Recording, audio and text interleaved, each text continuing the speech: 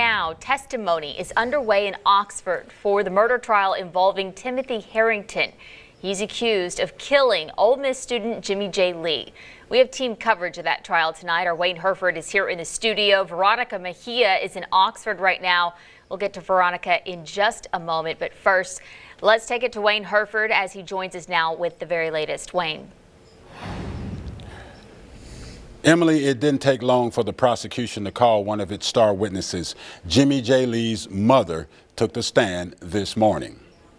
Stephanie Lee took the stand this morning. Jurors listened closely as she recounted how she eventually found out something was wrong when Jimmy did not return phone calls on her birthday, July 8th, 2022. It just happens to be the day the investigators believe Jimmy J was murdered by Herrington. Prosecutors will try to show that Herrington and Lee had a relationship and that Herrington killed Lee to keep it from being known.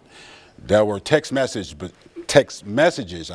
between the two of them, and defense attorneys counter this argument by saying not only was Lee's body never found, prosecutors cannot prove that Lee was kidnapped, which is also a part of their case. Lee's tearful mom took the stand to describe what it was like to realize her normally attentive son did not call her for hours on the day he was allegedly murdered.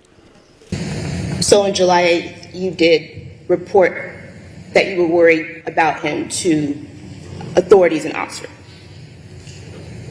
Yes, ma'am. So now coming up at 6, I will have more testimony from Stephanie Lee at 6. Right now, let's turn over to Oxford to Veronica Mejia, and I'm Wayne Herford live in the studio. Jimmy J. Lee was a well-known member of the LGBTQ community here in Oxford. Now, Lee's alleged relationship with Timothy Herrington and then the disappearance generated a lot of media and public attention. There are television journalists here from Jackson and Memphis. Several newspapers have also sent writers and reporters to cover the trial. And a crew from Dateline NBC is in the courtroom listening to the testimony. Now, some people here say the murder and now the trial has put them on edge.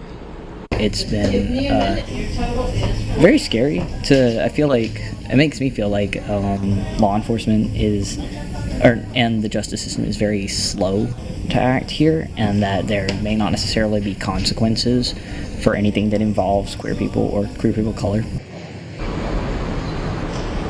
As my colleague Wayne Herford mentioned, the trial could last 2 weeks, and security is tight inside and outside the courtroom. Live in Oxford, Veronica Mejia, WTB 89 News.